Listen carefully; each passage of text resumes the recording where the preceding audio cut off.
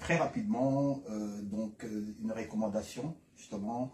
On a parlé tout à l'heure de tout ce qui est spiritisme, occultisme, sorcellerie, magie, cartomancie, ligne de main, tarot, divination, nécromancie et tout ça, etc. Quelle va être la recommandation votre recommandation face à ces choses-là pour les gens qui se livrent à ce genre de choses-là et tout en ignorant justement les conséquences? Quelles peuvent être les conséquences justement par rapport aux personnes qui se livrent à ces genres de pratiques? Je voudrais répondre à la question, mais je voudrais demander au frère Rustel, hein, Rustali. Je n'ai pas bien compris ta question. Il dit, le docteur peut-il aussi répondre aux autres sujets mentionnés ici pour nous instruire ou nous instaurer? Je n'ai pas compris quels sont les autres sujets. Okay, s'il y a moyen de préciser les autres sujets. C'est que je voudrais, je vais répéter ce que j'ai toujours dit. Vous savez, l'œuvre de Dieu, on la vit simplement. Okay? Dieu est aussi simple. Dieu n'est pas si compliqué. Les miracles de Dieu, il dit lui-même que quand on les considère dans ses ouvrages, ça se voit comme à l'œil nu. C'est aussi simple que ça. Donc, allez découvrir ce qui est dans le monde invisible avec l'intention de voir ce qui s'est passé. Il y a de fortes chances que tu rencontres le monde des démons parce que ce n'est pas à cela que Dieu nous a appelés. Il y a une écriture qui dit, tu n'invoqueras, je ne sais pas si on peut nous trouver l'écriture, tu n'invoqueras pas les morts. Okay? Si quelqu'un s'adresse aux morts et aux esprits pour se constituer avec eux, je tournerai ma face contre cet homme et le retrancherai. Voilà, tu es dans quoi là, mon frère? Je suis dans Lévitique 26. Voilà, Lévitique chapitre 20, verset 6. Lévitique chapitre 20, verset 6. Nous allons lire ça. C'est important. Parce que beaucoup de gens font beaucoup d'erreurs. Aujourd'hui, les gens sont à la recherche de la gloire. Hein? Donc, nous lisons cela. 26, hein? Non, le 20, oui, verset 6, oui. Nous lisons ceci, la Bible dit. Voilà, j'aime ça. Il est écrit ceci. Si quelqu'un s'adresse aux morts, ok? Et aux esprits. Parce qu'aujourd'hui, le seul chemin que Dieu nous a donné, c'est le Seigneur Jésus-Christ. Il dit tout ce que vous demanderez à mon nom. Donc si quelqu'un voudrait s'adresser aujourd'hui, dans cette dispensation, il faut qu'il s'adresse à Jésus. Ils disent, je suis le seul chemin. Personne ne peut aller au Père sans passer par moi. Donc s'il y a un frère aujourd'hui, une sœur, qui veut consulter l'Éternel, il ne peut consulter l'Éternel que par Jésus-Christ. Oh, Jésus-Christ, c'est la parole. C'est-à-dire que Dieu a tout mis par écrit. C'est pourquoi Isaïe dit, consultez le livre de l'Éternel, aucun d'eux ne fera défaut. Ni l'un, ni l'autre. C'est l'Éternel qui les a proclamés, c'est sa main qui les rassemble. Donc, si l'on veut consulter l'Éternel, on consulte Dieu au travers de la parole. Je veux que vous me compreniez bien. Même si on doit demander la direction du Saint-Esprit, avant de demander la direction du Saint-Esprit, il faut d'abord vérifier que dit l'Écriture. D'accord. Parce que le Saint-Esprit ne peut pas contredire l'Écriture. Est-ce que vous comprenez ce que je dis? Il y a beaucoup de gens qui nous emballent. Non, tu vois, ma soeur, est-ce que tu veux te marier avant d'accepter cet homme-là? Va d'abord prier Dieu. Non, non, non. Tu vois que ce frère-là, c'est un voleur. L'Écriture dit déjà que tu ne t'associeras pas avec des voleurs. Tu n'as pas besoin d'aller encore faire une prière pour consulter le Saint-Esprit. C'est un voleur. La parole a répondu à la question. Tu vois ça? C'est ça. C'est pourquoi j'ai dit quand quelqu'un n'a pas la connaissance de l'Écriture, n'a pas exploré les pays, ça devient difficile. Donc aujourd'hui, au nom du Saint-Esprit, les gens font même ce qui est contraire. Tu entends quelqu'un qui dit on ne peut pas limiter le Saint-Esprit. J'ai entendu ça. Quelqu'un qui dit on ne peut pas. Non, le Saint-Esprit est limité par la parole. Voilà. Ça, c'est quelle confession. Jésus a dit, quand le Saint-Esprit viendra, il ne parlera rien de lui-même. Il prendra de ce que moi je vous ai dit et il vous en donnera l'explication. Donc quelqu'un vient nous dire que Dieu ne peut pas limiter, le Saint-Esprit, tu ne peux pas le limiter. Non, nous disons que le Saint-Esprit est esclave de la parole de Christ. Il ne doit faire que ce qui est conforme à la pensée de l'Écriture. Oui. Ouais, une question, c'est limiter les Saint-Esprit. Il y a un mot que les juifs Kabbale emploient, la projection astrale. C'est le fait sortir ton esprit dans un corps. Il s'appuie sur le verset lorsque Jean de l'Apocalypse, Dieu l'a appelé, monte ici et je te ferai voir des choses cachées. Il s'appuie aussi sur le verset auquel Paul était allé au 3e siècle. Et surtout le fait dont c'était Étienne a eu à disparaître avec son corps physique. Il peut se concentrer, genre, il y a des prières de concentration, puis pouf, c'est disparu. Est-ce que c'est vraiment biblique? Parce que c'est dans la Bible. Parce qu'on dit on ne peut pas limiter Dieu. Voilà, voilà une très belle question. Je voudrais que vous me trouviez l'écriture d'Étienne. On va revenir pour lire l'écriture d'Étienne. C'est important. Je voudrais d'abord dire aux bien-aimés que Apocalypse est une vision. C'est comme un rêve qu'il faut interpréter. Mais je ne sais pas pourquoi je ne comprends pas. L'Apocalypse est une vision. Cela ne veut pas dire que ces gens étaient sortis de son corps. Ça, c'est de la sorcellerie à ciel ouvert. C'est une vision. Je t'informe que c'est une vision. Il y a des choses qui étaient vraies, mais Jean a eu ça dans une vision. Tu vois? Que Dieu est en train de lui révéler tous les plans de la rédemption. Ça, c'est un premier élément. Deuxième élément, il ne faudrait pas confondre Jean écriture et Jean individu. Parce que les Jean écriture d'Apocalypse, c'est la parole. Vous voyez? Donc Dieu nous enseigne sur des choses cachées. Cela ne veut pas dire que Jean était sorti de son corps. Que Jean avait fait une concentration pour sortir de son corps. Ça là, c'est de la sorcellerie à ciel ouvert. Et puis Dieu, quand il a dit à Moïse également, viens et regarde, et puis reproduit. Et oui. Est-ce que Moïse est sorti? Est-ce que Moïse était sorti de son corps? Non. Et puis, vous savez, je vous ai toujours dit que ce qui nous tue, c'est que l'écriture en elle-même ne suffit pas. Il faut avoir l'esprit de l'écriture. L'écriture a un esprit. Voyez-vous? Quand Dieu dit à Moïse, monte ici, d'abord je t'informe que physiquement, comme ça, Moïse était monté. Ok? Donc, arrêtez de nous distraire avec votre sorcellerie là en cravate. Vous savez, à l'époque, quand on grandissait les sorciers, c'était des petits, avec des joues fatigués, comme s'il va mourir demain, il n'a pas beaucoup mangé, les yeux vitreux. Là, on dit, ça, c'est un sorcier. C'est pourquoi au Congo, les sorciers ne sont que des petits. Tous les petits chèques sont devenus des sorciers. Mais il y a des sorciers en cravate. Ils ont tous endossé des cravates maintenant. Oui. Très bon sujet. Des sorciers, il y a des sorciers en cravate, frère. Des sorciers qui mangent bien. Des gens qui font la divination en cravate. C'est pourquoi, vous savez, frère, quand on a le véritable Saint-Esprit de Dieu, on n'est pas séduit par ces choses. Donc Moïse était d'abord monté comme ça physiquement. Ok? Je voudrais même dire que s'il arrivait que les enfants d'Israël montent à la montagne, ils allaient trouver Moïse sur la montagne, comme ça, assis. Ok? Mais sauf que Dieu a pris Moïse, il a amené Moïse spirituellement pour lui montrer des choses. Je donne un exemple. Quand tu dors, est-ce que tu ne rêves pas? C'est vrai. C'est vrai. Est-ce que quand tu rêves, là, tu es sorti de ton corps? Non. Tu accèdes au monde spirituel. Donc tu accèdes à ce monde invisible et à spirituel. Dieu peut te le faire dans une... C'est pourquoi, là, écoutez, n'allez pas nous distraire. Dieu a dit ceci aux enfants d'Israël. S'il y aura un prophète parmi vous, c'est par des visions et par des songes que je lui parlerai. Dieu ne peut pas... Frère, ne changez pas l'écriture. Dieu ne peut pas lui parler par un voyage astral. C'est vraiment les... Même si il fait sa coiffure, il fait une ligne comme Emery Patrice Lumumba. Comprenez que c'est un sorcier. C'est un sorcier. Ce n'est pas parce qu'il est habillé en veste, un peu la taille, comme on vient aimer ça. Un peu stémaille, hein. Stémaille. Moi, veste stémaille, vous pensez que non, il est de Dieu. Non, il y a des sorciers beaux. Des mignons. Oui, mignons, mais un sorcier. D'ailleurs, je vous informe d'ailleurs que tout ce qui est beau dans la majorité des cas, c'est sorcier. Peut-être que vous ne le savez pas, mais je vous informe que c'est ça. Le diable n'est pas vilain, il faut lire l'écriture. Vous êtes un bon pasteur. Non, mais écoutez, petit. Il a trouvé l'écriture dans Acte 8, 36 jusqu'à 40. Acte 8, Acte des apôtres. Je voudrais quand même qu'on lise ça. Acte des apôtres, chapitre 8. J'ai des frères qui connaissent les versets. Papi, il faut trouver les versets.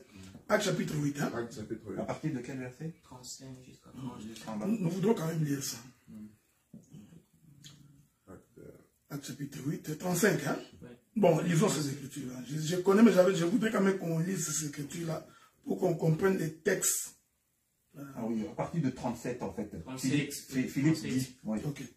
37. Oui, 37. Philippe dit, si tu crois de tout ton cœur, cela est possible. L'eunuque répondit, je crois que Jésus est le Fils de Dieu. Il fit arrêter les chars. Philippe et l'eunuque descendirent tous deux dans l'eau et Philippe baptisa l'eunuque. Quand il fut sorti de l'eau, l'Esprit du Seigneur enleva Philippe et l'eunuque ne le vit plus. Donc, est-ce que c'est ce verset qui dit qu'il est sorti de son corps? Là, il a disparu avec son corps. Non, cela veut dire que tous... Vous savez, quand vous lisez la Bible, je vais lire ça. Ouais. Quand il fut sorti de l'eau, l'Esprit du Seigneur enleva Philippe et l'eunuque ne le vit plus. Tandis que joyeux, il poursuivait sa route. Philippe se trouva dans Azote, d'où il alla jusqu'à Césarée. Cette écriture ne veut pas dire que Philippe avait disparu. L'écriture veut tout simplement dire que lorsqu'il a fini ce service-là, c'est un langage, parce qu'il faut qu'on lise d'autres versions, que Philippe l'a laissé. Parce que Philippe était en train de continuer son chemin. Vous voyez? C'est comme ça que la Bible dit que l'Esprit de l'Éternel, je voudrais ici, pour aider les frères à comprendre. Quand Jésus a fait le jeûne de 40 jours, ok? La Bible dit que le diable l'amena sur une montagne. Oui. Est-ce que vous croyez que le diable a pris Jésus et qu'il l'a amené sur une autre montagne? Vous voyez? Quand tu n'as pas tu ne saisis pas les langages des Écritures, c'est très dangereux. Et cette Écriture ne dit pas que Philippe est sorti de son corps. Le voyage astral qu'on prêche aux gens, cela veut dire quoi? Je suis ici, vous me voyez, mais je sors, je suis aux États-Unis. Mais celui qui est assis, il me verra. Oui. Tu comprends ce que je dis? Mais ici, il n'a pas fait un voyage astral. Non. Toute la personne de Philippe, l'eunuque éthiopien ne l'a plus vu. Mais les gens utilisent ça pour expliquer les voyages astral et diaboliques. Je ne cite pas les noms des présidents. Vous voyez? Donc nous connaissons qu'il y avait des présidents qui pouvaient se dédoubler. Donc, vous le voyez assis comme ça, vous pensez qu'il est là, alors qu'il est... Ouais, je crois que notre micro est encore tombé. Vous pensez qu'il est là? Non. Le président est au Japon. Ce sont des pratiques diaboliques. Ce sont des pratiques démoniaques. Il n'y a donc aucun intérêt. Pour qu'un enfant de Dieu fasse des voyages astrales. Cette chose-là, écoutez, qu'on se le dise entre nous, vous voyez, remarquez aujourd'hui, je suis en train de croire que nous sommes vraiment en train de vivre les moments de Sodome et Gomorrhe.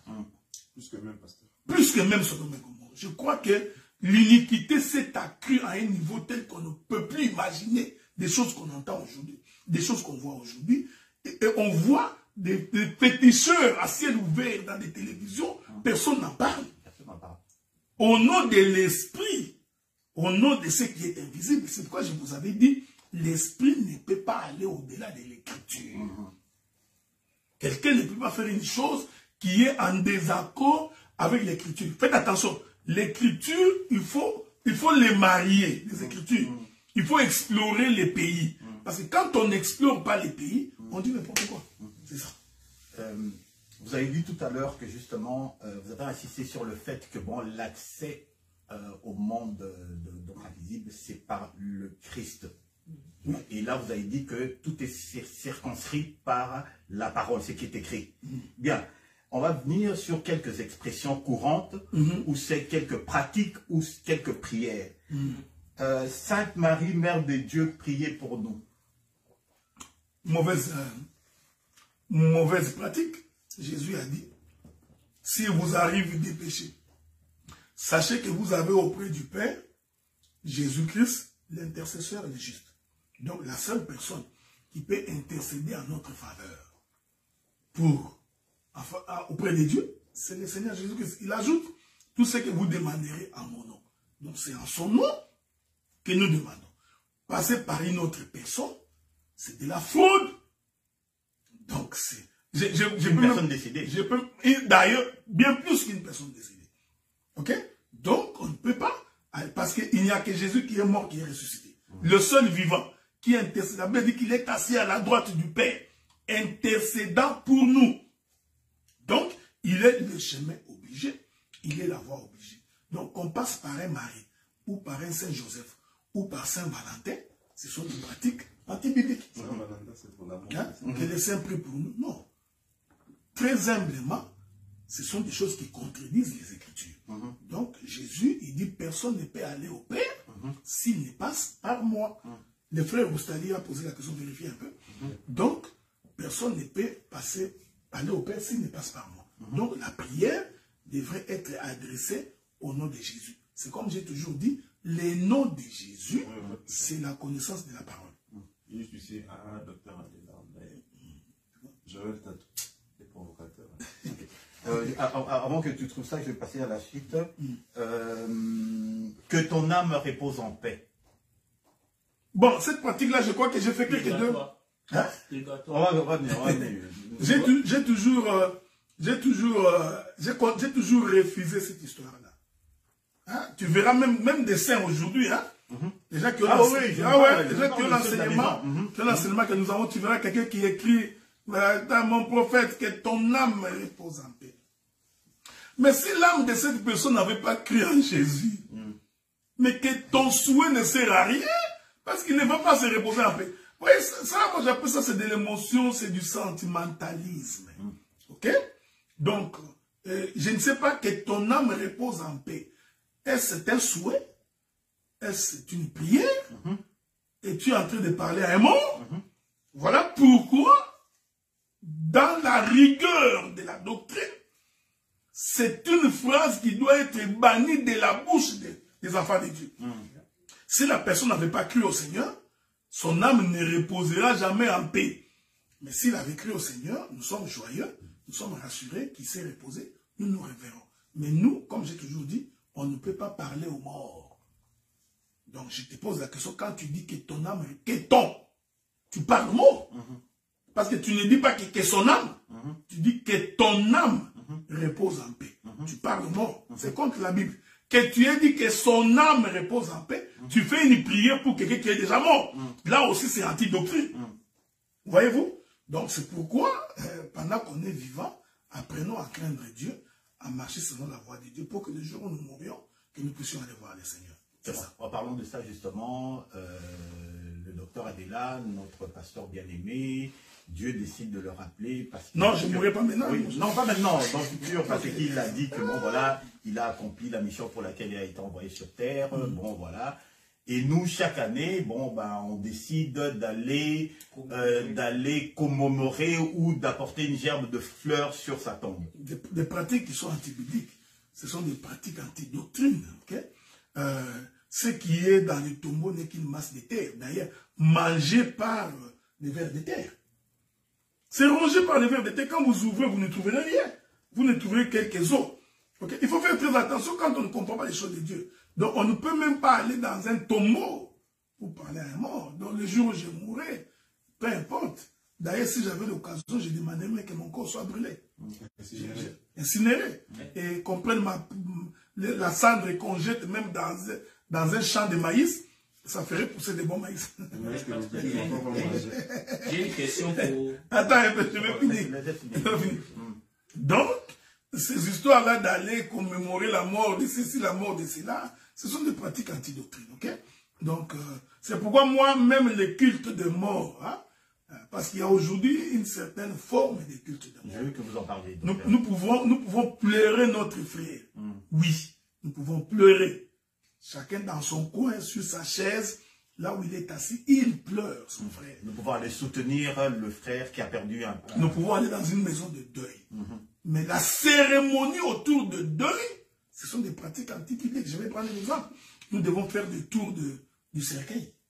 Pourquoi devons-nous? Maintenant, tout le monde, c'est le tour de faire les tours du cercueil. Pour aller rendre un dernier hommage. Pour aller rendre un dernier hommage. Ces pratiques-là, honnêtement, non. Tu peux aller, si tu vas aller, qu'est-ce que tu voudrais aller voir que tu n'avais pas encore vu? Messe des morts. C'est ça. Tu connaissais pas ma face? Donc, quand je vais mourir, il faut que tu fasses le tour de mon cercueil. Pour voir quoi? Comment c'est devenu? Alors, que dire? Il y a même des gens qui font faire le tour du cercueil. Le cercueil est fermé. Vous ne voyez même pas la personne qui est à l'intérieur. Mais vous faites un tour. Non, mais bien aimé. Honnêtement, là, il y a que des gens qui n'ont pas l'espérance, qui peuvent faire des choses comme ça. Nous pouvons être attristés, nous souffrons, parce que notre frère est mort. Le frère Papier est mort. Non. Vous voyez, ça peut nous chagriner.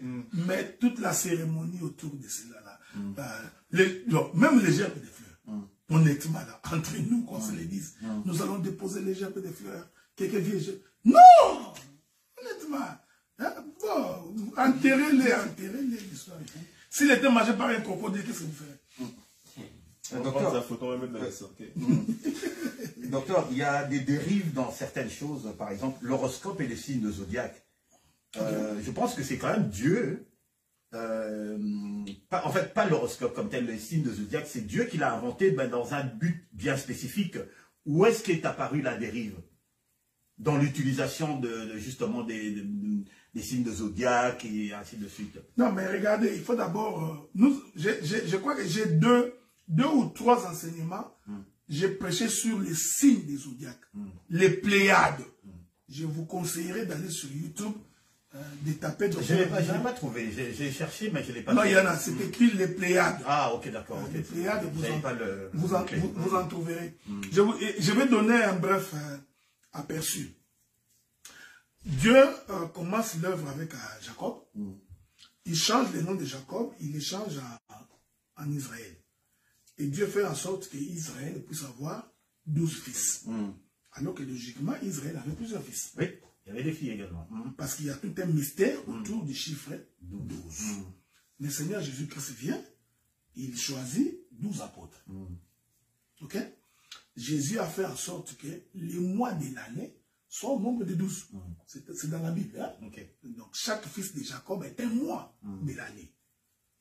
Donc, quand Jésus vient proclamer l'année de la grâce ou l'année du salut, il est dans les chiffres 12.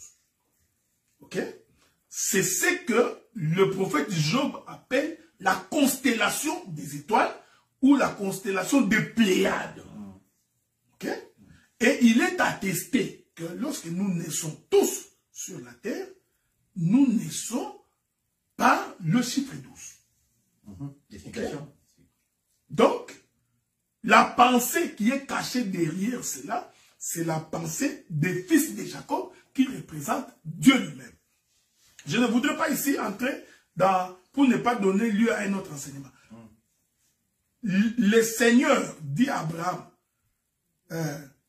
peux-tu compter les étoiles du ciel? Il dit, telle sera ta postérité. Je voudrais vous informer que dans le vrai sens du mot, les étoiles sont au nombre de 12. Ce n'est pas moi, c'est Joseph. Il dit, j'ai vu 11 étoiles, la lune et le soleil s'est prosterné devant moi. Lui-même également était une étoile. Donc, il confirme que les étoiles sont au nombre de 12. C'est pourquoi même quand tu nais dans un mois, en fait, tu n'es que dans un seul mois. Hein? Donc, un mois à 30 jours, hein? Selon Dieu, les mois à 30 jours. Que tu naisses le 1er janvier, le 2, le 3, jusqu'au 3, tu es dans un seul mois. Donc, quand tu le prends en totalité, c'est le chiffre 12. Donc, ce qui fait que, sur le plan spirituel, quand nous naissons sur la terre, dans les cieux, nous sommes représentés par une étoile. Okay? Même Paul a dit ça. Paul a dit, ceux qui auront prêché l'évangile brilleront donc, comme des étoiles. Même quand Jésus est né, l'étoile de sa naissance était beaucoup plus brillante, ce qui a permis aux mages de courir derrière l'étoile pour aller identifier la personne. Donc c'est comme ça que les gens ont utilisé ces éléments-là pour tomber dans ce qu'on appelle les horoscopes.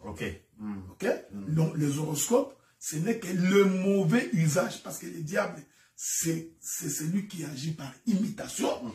C'est le mauvais usage de ce que Dieu avait créé. Vous voyez? Parce que le diable ne crée pas. Il part de ce que Dieu a créé, il en déforme le sens et il en donne un mauvais sens. C'est pourquoi aujourd'hui, l'homme, parce que l'homme est spirituel, donc en réalité dans l'homme c'est l'esprit. Voilà pourquoi les démons, la lutte contre les méchants se fait dans le lieu céleste. Parce que les étoiles, ici je n'entre pas dans l'explication. Ce n'est pas pour rien lorsque Dieu a créé l'étendue. Dieu, qu'est-ce qu'il fait? Il lui place les étoiles dans l'étendue. Or, l'étendue, c'est les lieux célestes. Voilà pourquoi même les combats que nous avons avec les diables, c'est dans les lieux célestes. C'est pourquoi quand on veut te faire du mal, on doit d'abord récupérer, avoir de l'influence sur toi, sur le plan spirituel. C'est ça l'importance de la prière. Parce qu'en fait, la prière, c'est cette capacité de manipuler les lieux célestes. Donc, tu voudrais obtenir quelque chose, tu pries. Cette prière-là, c'est fait dans les lieux célestes pour permettre à ce que lorsque tu agiras sur la terre, qu'il y ait de l'influence. Voilà un peu ce que je pouvais dire là-dessus. On va justement parler des attaques qui viennent du monde invisible, justement. On a des attaques on peut être attaqué parce que bon, on attrape une maladie qui peut être traitée par la science. C'est-à-dire que bon, bah écoute, tu t'es exposé à un virus et puis bon, tu as attrapé une maladie. Mais il y a également des maladies qui viennent du monde invisible parce que tu subis une attaque nocturne. Bon, les Ivoiriens, ou je ne sais plus qui appelle ça, tu as été victime d'un fusil nocturne. Est-ce que c'est là, comment? Même au Congo, on dit ça. Oui, même surtout chez nous. Tu sais que bon, au Congo, en Afrique, bon, il y a plus, la mort naturelle, ça n'existe plus, quoi. Il y a toujours une explication spirituelle qui est rattachée à une maladie, à une mort. Docteur, pour qu'on ne tombe pas dans la dérive, est-ce que toutes les maladies ont une explication d'ordre spirituel? Oui. Toutes les maladies? Toutes les maladies. Il n'y a aucune maladie. Parce que si, regardez, je dis bien, toutes les maladies sont d'origine spirituelle. Parce que l'homme a commencé à tomber malade après qu'il ait péché. Ok. Donc, c'est le péché qui a entraîné toute forme de maladie. C'est pourquoi le Seigneur, même quand venant sur la terre, il dit, allez dire à Jean, les malades sont guéris. Ok? Mais il faut faire très attention, Jésus n'a pas guéri toutes les maladies. Non. Ok? C'est important. Mais naturellement, la maladie est la conséquence du péché. Du péché, ok, d'accord. Dont l'origine est spirituelle. Mais ces origines spirituelles doivent trouver la matière. Ok. Ok? L'esprit, pour qu'il agisse dans la vie de quelqu'un, il doit trouver la matière. S'il n'a pas la matière, il ne peut pas. Il ne peut pas fonctionner.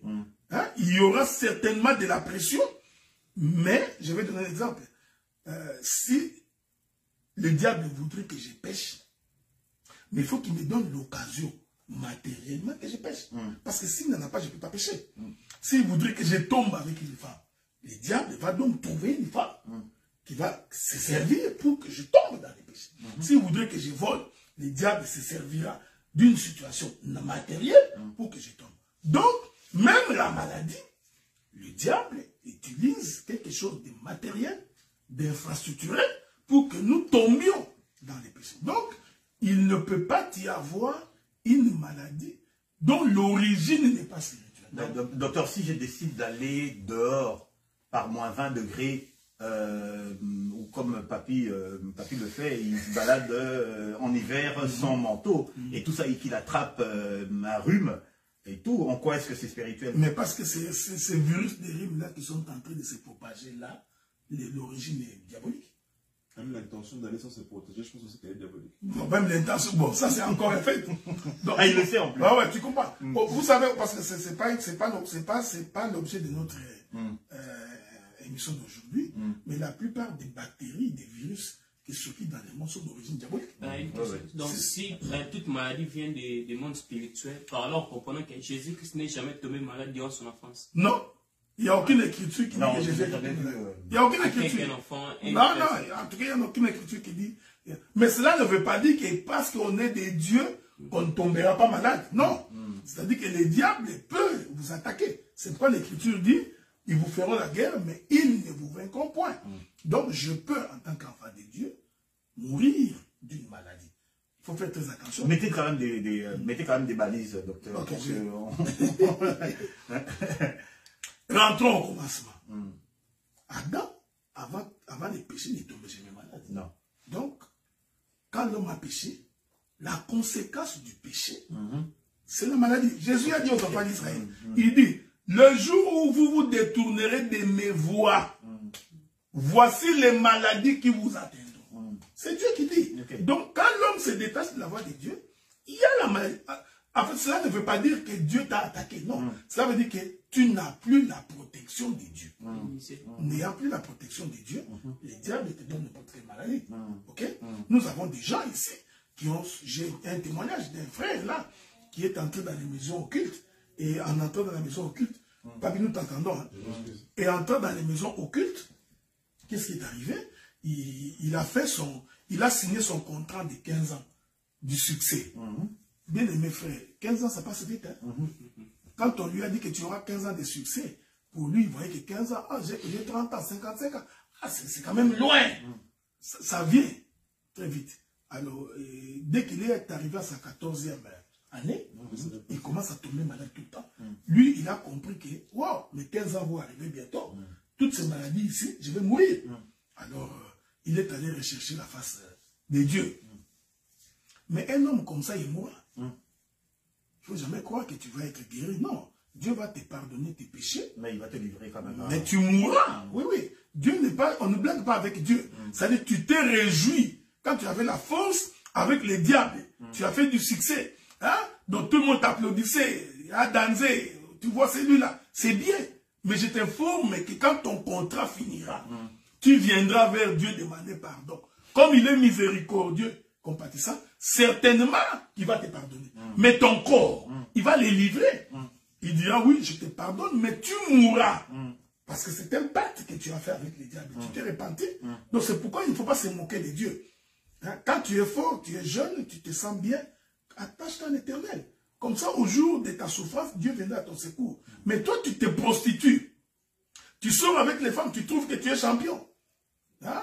Tu commandes les tangaouis ailleurs en Afrique, ça vient les gingembre, fort. Tu sors avec plusieurs femmes. Mais tu vas attraper la maladie. Le jour où tu attraperas la maladie, certainement que tu te mettras à genoux, tu demanderas pardon. Dieu te pardonnera, mais tu mourras. Pasteur. C'est pourquoi quand tu entends la voix de Dieu pendant que nous parlons ici, il faut te repentir. Donc ce que je voudrais dire ici, c'est que toutes les maladies d'abord d'origine sont diaboliques. Ils viennent du péché. Maintenant, Dieu peut te guérir d'une maladie parce qu'il en a la souveraineté, mais Dieu aussi peut décider que tu meurs d'une maladie. Vous voyez? Donc, mais vraiment dans la volonté de Dieu, l'homme meurt fatigué de la vie. C'est-à-dire que le corps est fatigué. Là, tu ne meurs pas de la maladie, mais tu meurs de la vieillesse. Cette vieillesse-là, tu peux t'emporter par n'importe quoi. Ça, c'est autre chose. Mais il y a vraiment des maladies d'origine satanique qui existent. Un homme de Dieu consacré qui meurt par la suite d'une maladie, on a prié pour lui, il finit par mourir. Rendons simplement gloire à Dieu. N'essayons pas d'aller chercher, comme tu as dit, Dieu est simple dans les choses. Non, non. Bon, regardez, le problème c'est que nous ne savons pas pour...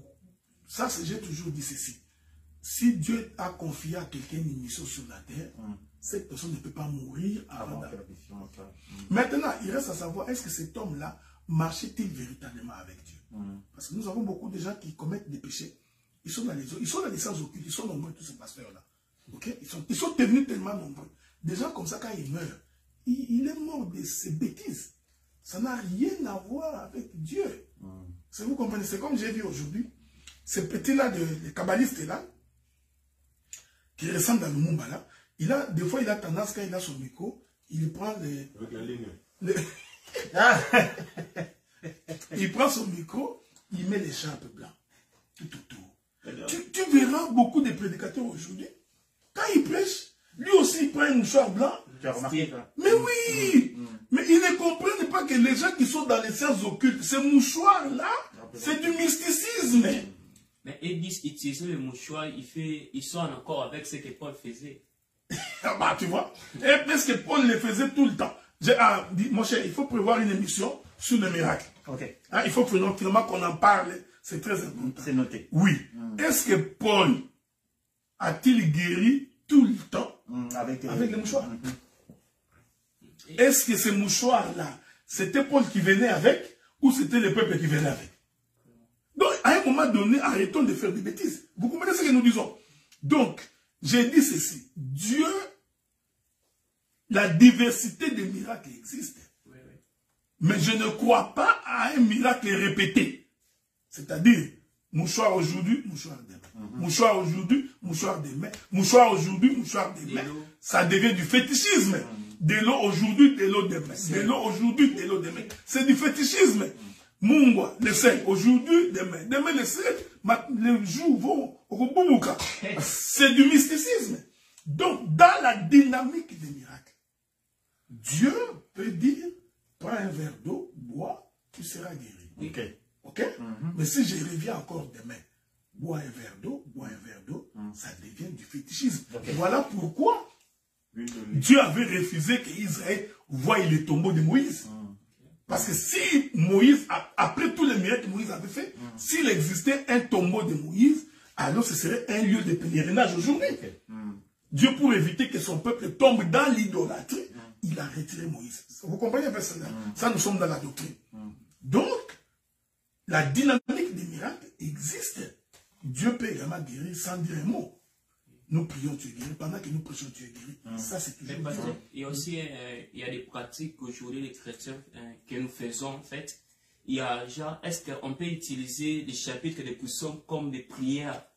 Et il y a aussi un pasteur que je connais en français, un Congolais. Lui, il donne des prières au filet. Est-ce que c'est les bibliques? Ouais, c'est pourquoi je vous avais dit que, c'est pourquoi je vous avais dit, l'esprit ne peut pas dire le contraire des Écritures. Le livre des psaumes est un livre prophétique. J'ai lu avec vous Luc chapitre 44, 24-44. Jésus dit, c'est ce que je vous disais, tout ce qui était écrit de moi dans la loi, dans les psaumes et dans les prophètes. Donc les psaumes, ce sont des livres prophétiques. Donc, psaume, ce n'est même pas une chanson. Non, tu vois, psaume, c'est chanton. On va chanter l'esprit. Mais tu peux aussi chanter Ecclésiaste.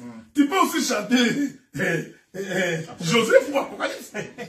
Tu comprends? Donc ça, c'est la compréhension française de l'écriture. Tu vois, psaume traduit en français, en lingala, Banzembo. Maintenant, l'homme pense dans sa tête que psaume, ça veut dire chanson. Non! Les psaumes, ce sont des prophéties. Quand David dit, celui qui habite sous l'ombre du Très-Haut habite à l'ombre du Tout-Puissant. Ce n'est pas une chanson. C'est une prophétie pour dire que celui qui est sous la main de Dieu, Dieu les garde et les protège. Maintenant, même si tu répètes, celui qui habite sous l'ombre du Très-Haut, non, mais si toi-même tu n'es pas sous l'ombre du Très-Haut, tu vois que ta répétition des prières là, ça ne sert à rien. C'est comme les chapelets, quoi. C'est comme les chapelets, c'est comme les mayaka. Vous comprenez ce que nous disons? Donc ici, nous voulons dire que même psaumes, ce sont des prophéties. Quand David dit, Dieu dresse en face de moi une table en face de mes adversaires. Avez-vous vu là où David était assis, il y a une table de ses adversaires de l'autre côté? Donc, c'est une prophétie. C'est pourquoi dans cet évangile ici, l'évangile éternel, nous expliquons le livre des psaumes. L'éternel semblable à un époux qui sort de sa chambre. Vous pensez que c'est une chanson? Que 10 000 tombent à ta droite. Que 10 000 tombent à ta droite, 10 000 à ta gauche, tu ne seras jamais à terre. Est-ce que c'est une chanson? Donc, tous ces pasteurs-là, qui répètent les psaumes comme des prières auprès de leurs fidèles, ce sont des ignorants, courageux, habillés en cravate et en veste. Des charlatans. Des charlatans. J'aime ce petit parce que ce petit, il est très comme ça. C'est le futur évangéliste. Donc, vous comprenez ce que nous disons. Donc, ce sont des charlatans. Donc, les psaumes sont des prophéties. Alors, il faut les placer, les expliquer, les interpréter. Il n'y a que chez les Bima qu'on a pris les psaumes, c'est devenu, quand tu es en difficulté, tu vas prier psaume 122, un aventurier. 23. Quand tu es en maladie, tu vas prier psaume 89. Non! Et puis, je vous ai toujours dit, quelqu'un ne peut pas prier s'il ne connaît pas l'écriture. Non. La Bible dit, la loi de l'Éternel, lorsque tu l'éloignes de ta bouche, ta prière est une abomination. Donc pour prier, il faut que tu aies la loi de l'Éternel. Si tu n'as pas la loi de l'Éternel, ta prière est une abomination. Voilà pourquoi les pasteurs donnent. Mais non, mais pour que la loi soit dans la bouche, il faut l'enseignement. Oui. Donc quand quelqu'un est enseigné, il a la prière. Donc sans enseignement, tu n'as pas la prière. C'est pourquoi nous disons qu'une église qui n'a pas l'enseignement, cette prière-là qu'ils font, ce sont des cymbales retentissantes, ça fait du bruit, Dieu n'écoute pas. C'est pourquoi on ne peut pas faire répéter à quelqu'un la prière. Qui ont accepté Jésus aujourd'hui? Bon, passez devant. Mettez-vous en ligne. Vous tous qui avez accepté Jésus, répétez après moi. Oh. Comment ça, c'est quoi ces histoires ici? L'homme habillé en plus en cravate, il fait répéter les gens. Répétez après moi. Moi, Adela, désormais, j'ai accepté Jésus, j'ai décidé d'abandonner les péchés. J'ai décidé d'abandonner. C'est pourquoi, à partir de maintenant, je vais suivre Jésus. Amen, amen. Vous avez reçu Jésus. Demain, l'homme pêche encore. C'est déjà arrivé. Docteur, il est quand même écrit. Docteur, il est quand même écrit. Hein, docteur, il est quand même écrit que si tu confesses de ta bouche le Seigneur Jésus. Mais toi, tu lui fais répéter. Ça c'est une confession. La confession, ça dit que tu es convaincu. Mais tu ne peux pas être convaincu si tu n'as pas écouté. C'est ce que la Bible dit. Comment croiront-ils s'ils n'ont pas entendu? Donc, ils entendent, ils écoutent, ils sont convaincus. C'est-à-dire la parole a demeuré, ils confessent. Tu ne le pousses pas. Nous ne sommes pas dans l'école de pousse-pousse. D'accord. Il y a beaucoup de prédicateurs qui sont des pousse-pousseurs. Ils reçoivent d'abord. Oui, quand nous sommes dans la kinotique pousse-pousse, répétez après moi. Dites amen, dites amen. Dites amen, il faut. Dites amen. On continue, on continue. Envoie-moi encore un autre amen. Ce sont des pousse-pousseurs. Maintenant, il faut répéter à des fidèles. Passez devant vous tous. Venez, mettez-vous. Répétez après moi. Les gens répètent. Après, ils disent recevez. Non! Moi, c'est du Solama, parce que moi, j'ai étudié en Mandaka. En Équateur, école primaire, Iboke Moko. Il y avait un livre là, parce que tu connais à l'époque de Mobutu là, Mobutu avait exigé que les cours de Lingala soient donnés premier, deuxième, troisième, primaire. Il y avait un gars là qu'on appelait Longangi. Avec sa maman. On nous faisait répéter. Allez, Nda est passé devant, tu vas répéter. Tableau. Maman alambi mades. Non, maman alambi mades. Maman tche mosuni mades. Mosuni mopesi mades elengi. Longangi allez mades. Vous passez. Des aventuriers. Jésus, on ne les reçoit pas comme ça, mon frère. On va terminer avec... enfin, combien de temps est-ce qu'il nous reste? Je crois qu'on a fait... Il est 17h38.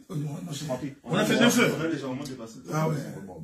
Un petit mot alors sur le combat spirituel, docteur. L'importance du combat spirituel, justement, et tout... parce que comme vous l'avez dit, tout se passe dans le monde invisible. Quelle est l'importance du combat spirituel? Bien que, bon... c'est plutôt vu depuis un certain temps, c'est plutôt mal vu parce que bon, le terme combat spirituel a été très galvanisé et puis c'est-à-dire que ça commence à avoir une connotation un petit peu négative. Mais quelle est l'importance du combat spirituel? Est-ce que vous pouvez rappeler c'est très important. Je voudrais, je vais partir de la base. Israël, tant qu'il était en Égypte, il n'avait jamais combattu. La base doit commencer là-bas. Ok? Tant qu'Israël est en Égypte, Israël n'a jamais combattu. Donc, pour que nous parlions du combat spirituel, la première chose, il faut sortir de l'Égypte. Dès qu'Israël sort de l'Égypte, les combats commencent. Donc, ici, je voudrais dire aux gens, avant de parler du combat spirituel, rassure-toi d'abord que tu es sorti de l'Égypte. Parce que si tu n'es pas sorti de l'Égypte, tu ne fais pas du combat spirituel. Hein? Ce sont des aventures. C'est pourquoi tu verras quelqu'un qui vit dans les péchés, dans la débauche, dans l'impureté, dans les désordres. Il est dans tout. Mais quand il est en difficulté, il dit combat spirituel. Ça, ce n'est pas des dieux. Au nom de Jésus. Au nom de Jésus, non. Non, tu perds ton temps. Donc, la première condition, la condition sine qua non, c'est qu'il faut premièrement sortir de l'Égypte. Quand nous disons sortir de l'Égypte, ça veut dire que tu changes de mode de vie. Tu quittes le monde pour vivre la vie des chrétiens. Alors le combat va commencer. C'est ça, toute la difficulté. Les péchés vont te suivre, les maladies vont te suivre, les démons, parce qu'ils savent déjà que tu n'es plus dans leur camp. Ça, c'est le premier élément. Deuxième élément, dans le combat spirituel, il faut te rassurer que dans ton camp, il n'y a rien qui appartient au diable. Ok. Donc, il faut régler ça pour être sûr que Dieu est avec toi. Donc, si tu sais que tu as commis un péché, tu sais que tu vis mal, essaie de régler cette question-là. Ok? Une fois que tu es en difficulté, vérifie. C'est pourquoi, même Job, sa femme lui a demandé de vérifier. Est-ce que tu n'as pas péché contre l'Éternel? Ok? Pour que tu souffres autant. Il vérifie, il se rend compte que non, je n'ai rien fait contre Dieu. Il était en paix. C'est comme ça qu'il va déclarer que mon rédacteur s'élèvera les derniers. Donc, ça fait partie des stratégies dans le combat spirituel. C'est ce que je donne. Donc, vérifie que tu n'as pas un péché qui te lie au diable. Quelque chose qui te lie au diable. Pour qu'il y ait de l'influence sur toi. Okay? Donc, c'est pourquoi, comme la vie d'un enfant de Dieu restera toujours un combat, je voudrais rappeler aux frères que c'est l'Éternel Dieu qui combat pour nous. C'est pourquoi il a dit aux enfants d'Israël, Moïse dit à ce peuple-là de garder calme, de marcher. Moi, l'Éternel, je combattrai pour eux. Quand on est enfant de Dieu, on peut dormir en paix. Parce que c'est l'Éternel qui combat pour toi. Le combat spirituel, ce n'est pas... Comment ça, tailler les démons avec prendre une machette? On va couper, tailler. J'ai vu une image là de quelqu'un là. Si tu passes devant lui, tu peux avoir un coup de tête. Tu tombes. Tu vois? Donc, ça, ce n'est pas de Dieu. J'ai même vu une délivrance, on veut frapper même quelqu'un. Fais-le boire! Fais-le boire! Non. Celui qui a Dieu, il parlera, les démons vont exécuter. C'est ça la simplicité de l'évangile. Merci, pasteur. Ce n'est pas de la cérémonie que nous assistons. Tu vois quelqu'un agité par un mauvais esprit qui tombe, nous parlons aux esprits, les esprits les quittent, l'homme se réveille, il est devenu intact, normal, il rentre là-bas. Si l'esprit se manifeste encore, nous ordonnons. Vous comprenez ce que nous disons? Donc, le combat spirituel est pour Dieu. Sauf que nous, en tant qu'enfants de Dieu, nous devons maintenir la vie de la prière. C'est très important. Nous maintenons la vie de la sainteté. Ce sont des éléments qui permettent à ce que les diables ne puissent pas vous atteindre. Ici, je voudrais dire quelque chose à mes bien-aimés. Quand on vit la sainteté de Dieu, même lorsque l'ennemi vous tendra des pièges, vous ne tomberez pas. Les gens peuvent parler le mal vous concernant. Ils peuvent faire des complots en ton nom. Ils peuvent faire des manigances pour que tu te retrouves en bas. Tant que tu vis dans la sainteté de Dieu, ces choses n'arriveront jamais. C'est pourquoi j'ai toujours donné un conseil. C'est très dangereux de s'attaquer à un homme de Dieu. Très dangereux de s'attaquer à un saint, à quelqu'un qui sert Dieu dans la vérité. Parce que vous échouerez toujours, parce que vous n'avez rien à lui reprocher. Donc cette sainteté-là, elle est importante pour la marche d'un enfant de Dieu. Je voudrais finir par quelques éléments ici. Israël sort de l'Égypte, il vient, il remporte des victoires, il arrive dans les territoires de Moab. Le roi Balak, il avait tellement peur, il va appeler Balaam. Il dit, Balaam, viens, maudis-moi ces peuples pour que je puisse la voir. Il faut bien lire les textes. Balaam était venu pour maudire le peuple. Quand Balaam s'élève pour maudire le peuple, il avait des difficultés parce qu'il a trouvé que ce peuple ici n'a commis aucun péché. Il dit, je ne peux pas maudire un peuple que Dieu n'a pas maudit. J'aime ces choses. Donc pour que tu sois maudit, il faut d'abord que Dieu lui-même te maudisse. Maintenant, il faut savoir comment Dieu maudit son peuple. Il ne faut pas être étonné. C'est ce que Balaam avait dit. Je ne peux pas maudire un peuple que Dieu n'a pas maudit. Donc, il faut que Dieu les maudisse pour que moi je puisse les maudire. C'est ce que je voudrais dire. Aucune malédiction ne peut atteindre un enfant de Dieu si Dieu d'abord, premièrement, ne te maudit pas. Or, Dieu a donné la définition de sa malédiction. Il dit, le jour où tu te détournes de mes voies, tu es maudit. Tu vois la malédiction? Tu vois comment Dieu maudit quelqu'un? Donc, quand quelqu'un n'obéit pas à la voix de Dieu, automatiquement, il est sous la malédiction. Maintenant que tu t'es détourné de la voix de Dieu, Balaam peut te maudire. C'est comme ça que Balaam dit, mais je ne peux pas. Ce peuple-là, quand bien même qu'il marche sur la terre, je le vois sur une montagne. C'est ce que Balaam a dit. Je vois Israël sur une colline. Or, je vous avais dit que la colline, c'est les lieux célestes. C'est ça, Éphésiens. Notre vie est cachée en Jésus-Christ dans les lieux célestes. Qu'est-ce que Balaam dit? Il dit, nous allons faire en sorte que Israël demeure ici. Jusqu'à ce qu'il va pécher, nous allons la voir. C'est ce qui est arrivé. Israël est resté dans la plaine de Moab. Il a commencé à prendre les filles des Moabites. il a péché, c'est alors qu'on a mis la main sur lui. Donc, dans le combat spirituel, rassure-toi que tu n'as pas offensé l'Éternel. Parce que si tu offenses Dieu, répare. Si tu ne répares pas, le diable te poursuivra, il t'aura. Les démons de famille, là, ils ne vont pas fuir. Oh, la malédiction de la famille. Nous allons couper les liens de famille, 4 générations. Si tu vis dans les péchés, tu mens. Mensonge à ciel ouvert.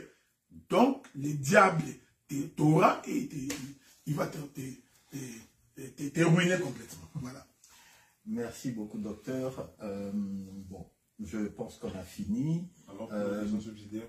Comment? Il avait sa question subsidiaire. Ah oui, c'était quoi la première question? La question, c'est une question qui a engendré un débat, mais là, je vois qu'apparemment, on n'a plus beaucoup de... Mais pose quand même la question. Pose la question. Mais je veux quand même la poser. On pourrait y répondre même Cette question, elle a un rapport avec certains pasteurs africains, certaines pratiques de certains pasteurs africains.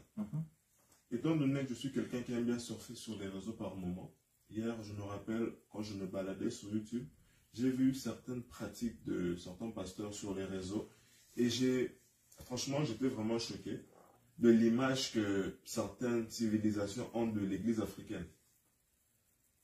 Notamment ces pasteurs, nous le voyons de par leur manière de, on va dire, de monnayer certaines bénédictions, certaines prières, certaines pratiques.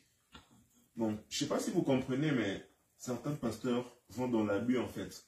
Qu'est-ce que tu veux dire exactement? Non, j'aimerais avoir le point de vue du pasteur. Ok. Qu'est-ce que vous pensez, qu'est-ce que vous dites de ces pasteurs et quelle attitude devrait avoir un enfant de Dieu, selon vous, envers ces pasteurs? Qui font quoi? Toutes ces mauvaises pratiques, monnaie, les bénédictions, voilà. etc. Tu as compris la question, non? Oui, j'ai compris. Donc aujourd'hui, les gens sont... Je vais prendre ça dans les termes très clairs. Tu cherches une bénédiction pour que Dieu te bénisse. Tu achètes 14 chaises dans l'église. Voilà, par exemple. Ok? Voilà. Si tu veux la délivrance de ton enfant, il faut payer 50 $ chaque mois. Voilà, c'est dans ce sens-là que j'ai posé ma question. La Bible dit que vous avez reçu gratuitement. Donner aussi gratuitement. Donner aussi gratuitement. Écoutez ce que je voudrais dire. Je voudrais dire, on va revenir là. C'est un aspect qu'on prendra quelques éléments pour revenir. J'ai toujours dit ceci. Quand tu prends un verset de l'Ancien Testament et que tu es en train de marcher avec ce verset-là, quand tu veux traverser le Nouveau Testament, il faut te poser la question, est-ce que ce verset ici, je peux aussi l'appliquer en tant que tel dans le Nouveau Testament? C'est ici que beaucoup de pasteurs ont des difficultés. Est-ce que vous comprenez ce que je dis? Élisée se couche sur un enfant, il se couche 3 fois. C'est un verset de l'Ancien Testament. Mais est-ce que tu peux prendre ce verset, traverser le Nouveau Testament, prendre aussi la femme d'autrui, coucher dessus pendant 3 fois? Parce qu'Élisée l'a fait. Il faut faire très attention parce que sur la croix, il y a la frontière. Les douaniers sont sur la croix. Ils vérifient avant d'entrer. Est-ce que tu n'as pas amené les produits illégaux? Donc, il y a des versets qui ne peuvent pas traverser la croix. C'est ça la difficulté. Donc, si dans l'ombre, tu as vu que quelqu'un, pour aller voir un prophète, il a dit, je ne peux pas aller voir les prophètes, mais vide. Faites attention de ne pas traverser avec ces versets tout crus dans la Nouvelle Alliance. Vous voyez ce que je vous suis en train de dire? Donc, cette chose, elle est importante. Maintenant, je vais donner la pensée de l'Écriture. L'Éternel Dieu, tous les temps qu'Israël était en Égypte, Dieu n'a jamais demandé d'offrande à Israël. Ni l'a dit. Il n'a jamais demandé. Toi, tu vois, même quand ils ont marché dans les déserts, Israël n'a jamais donné la dîme. Donc, vous savez, quand vous ne comprenez pas les Écritures, il faut faire attention. Mais laissons d'abord les déserts. En Égypte, Israël n'a jamais donné l'offrande. Voilà pourquoi, pour que Dieu commence à demander à Israël l'offrande, il dit à Moïse, dites à Pharaon, de laisser mon peuple sortir pour aller m'adorer. Donc, la première chose pour commencer l'adoration, il faut d'abord qu'il sorte de l'Égypte. Pharaon dit, non, non, non, non, vous sortirez, mais vous laisserez vos biens. vos troupeaux. Dieu dit non, Moïse dit non. Nous, quand nous voulons sortir, nous sortirons avec nos biens. Pourquoi? Parce qu'Israël savait les brebis que nous avons, les troupeaux que nous avons. Pour l'offrir à Dieu, Dieu doit d'abord nous délivrer. Voilà pourquoi nous disons, si quelqu'un veut donner l'offrande, il faut premièrement que Dieu l'ait délivré. Et quand l'homme est délivré du péché, de la maladie, des problèmes, Dieu, vous savez, Dieu n'est pas fou. Dieu mettra en cet homme l'enseignement des données. C'est ça, vous avez la reconnaissance. Hein? C'est un enseignement qui se donne par le Saint-Esprit. On n'aura même pas besoin de lui. On n'a même pas besoin de lui pousser, donne. Donc c'est pourquoi, vous voyez, nous, quand nous prêchons, nous ne poussons pas le peuple à donner. Mais nous vous informons que le peuple donne. Pourquoi? Parce que quand l'homme reçoit de Dieu, le Saint-Esprit lui dira, par reconnaissance de ce que Dieu a fait pour moi, voici ce que je donne. Mais si vous commencez à conditionner, pour que j'ai pris pour toi, il faut apporter une enveloppe. Pour que j'ai pris pour toi, achète-nous 10 chaises. Non. À ce moment-là, vous êtes devenu un commerçant. La plupart des prédicateurs aujourd'hui sont des commerçants. Ils commencent à monnayer l'évangile. Matthieu chapitre, je crois, 26 ou 17 comme ça. Mais selon la loi, pour être béni, la main qui donne, c'est la main qui reçoit. Mais la main qui donne doit d'abord recevoir. Et tu reçois d'abord. Tu comprends? Parce que tu ne peux pas donner quand tu n'as pas reçu. La Bible dit, qu'est-ce que l'homme n'a pas qu'il n'a pas reçu? Donc, c'est pourquoi... Mais la Bible a dit encore dans Matthieu, on notera même celui qui n'a pas. Ah bon, là, on va essayer d'expliquer comment peut-on ôter à celui qui n'a pas. Puisqu'il n'a rien. Qu'est-ce qu'on va encore lui ôter? Mais parce que j'ai une dernière question pour en finir, pour ce qui se passe actuellement. Nous sommes au dernier temps, le dernier temps de la fin, je peux dire, nous devons être accros à la parole et à la vérité. Parce que Dieu dit, mon peuple est péri parce qu'il lui manque de connaissances. Et je voulais poser cette question. Il y a ce qu'on appelle les Tzitzit. Les Juifs Kabbal dit, c'est biblique d'abord les Tzitzit. C'est quoi les Tzitzit? Les Tzitzit, on appelle ça frange. En hébreu, c'est les Talit. Oh, les Talit, ok. Donc, Toi, ça... t'étais juif avant? Non. C'est un petit qui est instruit. Excusez-moi. Tu me rassures. Ça permettait et ça permet aux gens d'apporter la présence de Dieu. Donc, si je comprends bien, une chose qui est visible peut permettre à une personne d'accéder à l'invisible. Parce qu'on dit que les Talit permet d'entrer dans l'invisible, parce que c'est comme un porteur de la présence de Dieu. Voilà pourquoi il y a de nos jours des pasteurs, par exemple, si tu es dans la vie de prière qui est bas, tu peux porter les Talit et cela peut permettre que tu puisses entrer dans l'invisible.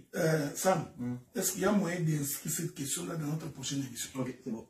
Sur les Talit. C'est un nombre, nombre 15, 36, 41. On va revenir ça. Oui, Je vais revenir sur ma sous-question. Je reviendrai. Oui, mais on dit. Nombre 15, hein? oui, nombre 15, 36 à 41. Donc, on appelle ça dans le terme Tzitzit ou frange en français.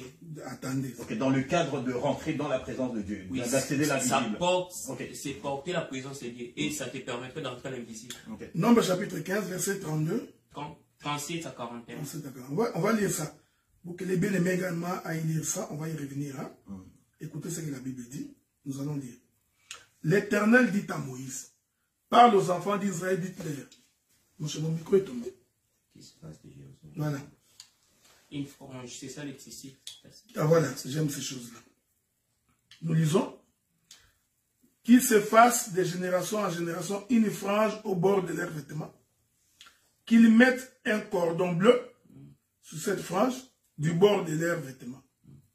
Quand vous aurez cette frange, vous la regarderez et vous vous souviendrez de tous les commandements. C'est important, hein? Oui. Parce que vous savez, Dieu est bon, hein? Il donne la raison pour laquelle vous portez ces franges-là. Vous vous souviendrez de tous les commandements de l'Éternel pour les mettre en pratique et vous ne suivrez pas les désirs de vos cœurs et de vos yeux pour vous laisser entraîner à l'infidélité. Vous vous souviendrez ainsi de mes commandements. J'espère que les frères, vous nous suivez, non? Donc, la frange a été donnée, bon, parce que là, ça commence à devenir noir. Hein? Donc, la frange a été donnée pour que Israël se souvienne des commandements. et ensuite de les mettre en pratique. Je vais finir le verset. Vous les mettrez en pratique et vous serez saints pour votre Dieu. Je suis l'Éternel votre Dieu qui vous a fait sortir du pays d'Égypte pour être votre Dieu. Je suis l'Éternel votre Dieu. D'abord noir sur blanc. Oui. Cette écriture n'a rien à voir avec la prière. Avez-vous remarqué? Oui. Cette frange-là n'a rien à voir avec la prière. Cette frange que Israël devait porter, ayant les cordons bleus, c'était pour se souvenir des commandements de Dieu. Premier élément. Deuxième élément, de les mettre en pratique. Troisième élément, pour être considéré comme saint. C'est pourquoi je vous avais dit. Je vous avais dit que quand tu prends un verset dans l'Ancien Testament et que tu es en train de traverser la frontière, il faut que nous vérifions si tu as reçu le visa. Est-ce que la douane, tu n'es pas un infiltré, n'es-tu pas un réfugié, un illégal, un sans document? Donc nous reviendrons pour expliquer quel est cet tissu coloré du cordon bleu qui rappelle les commandements, qui fait en sorte que les commandements soient mis en pratique et qui fait en sorte que nous soyons saints. Mais les kabbalistiques appellent ça la portée de la présence de Dieu. Ah non, tu vois que ce sont des avancées. C'est pourquoi j'ai dit que ce sont des sens occultes. Ok? Donc quand tu traverses la frontière, il faut lire Jean. Jésus regarde et se dit, Père, je les ai sanctifiés par ta parole. Vous voyez, c'est ça la frange. Nous allons expliquer pourquoi c'est coloré du cordon bleu. Parce que le cordon bleu, c'est la couleur du ciel. Okay? Quand on explique les tabernacles, on va bien faire attention à ces choses-là. C'est-à-dire que c'est le ciel dans un vêtement. Ce vêtement-là, nous allons expliquer que c'est le ciel dans le corps de Jésus. Et c'est au travers de Jésus que nous connaissons d'abord les commandements, nous les mettons en pratique. C'est alors que Dieu nous sanctifie. Donc Dieu avait pris ces choses comme étant une ombre des choses à venir. Mais aujourd'hui, comme on est en face des ignorants, des bandits, voici ce qui arrive. C'est-à-dire ces fameux prédicateurs. Ces fameux prédicateurs qui vous ont fait entrer dans les kabbalismes juifs. C'est comme ça que nous voyons surtout des jeunes prédicateurs. Ils se couvrent des draps. Vous allez vous enterrer avec ces draps-là blancs. Quelle était ta deuxième question? On va finir par là parce que... C'était de donner l'attitude que doit avoir face à tous ces charlatans. Non, mais écoutez, il faut avoir les fonds de diamants. Il faut que j'allume ou bien... non, mais essaie d'allumer là-bas. Il faut avoir les fonds de diamants. C'est-à-dire, il faudrait vraiment que tu sois capable de résister. Tourne-le encore dans l'autre sens. Est-ce que c'est branché?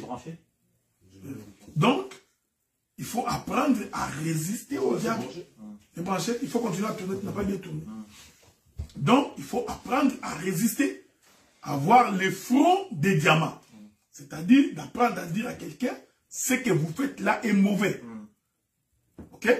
Arrêtez d'être entraîné. La seule personne qui a été entraînée comme une brebis à la boucherie, c'est le Seigneur Jésus-Christ. Donc, toi, tu ne peux pas être entraîné par n'importe qui dit n'importe quoi. C'est pourquoi je vous avais toujours dit, quand vous voulez servir Dieu, il faut regarder l'autel. Regardez l'enseignement, regardez les prédicateurs, regardez la vie du prédicateur. C'est là-bas qu'il faut aller s'aimer. N'allez pas s'aimer dans une terre désertique, vous risquez de ne rien obtenir. Voilà mon bien-aimé ça.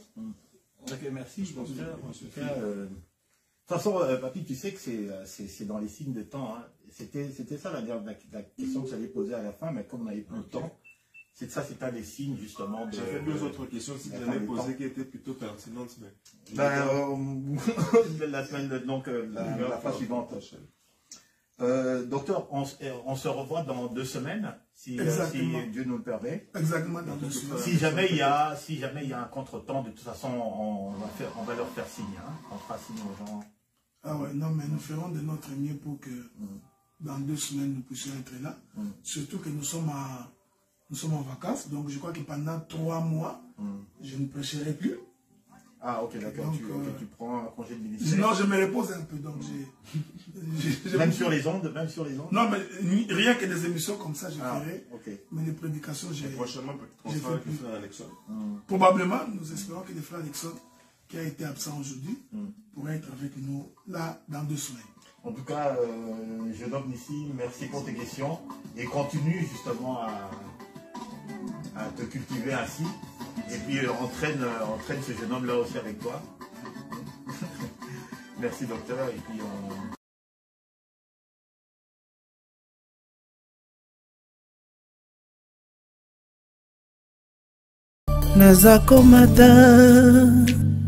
Nazakomata ngai, nazakomata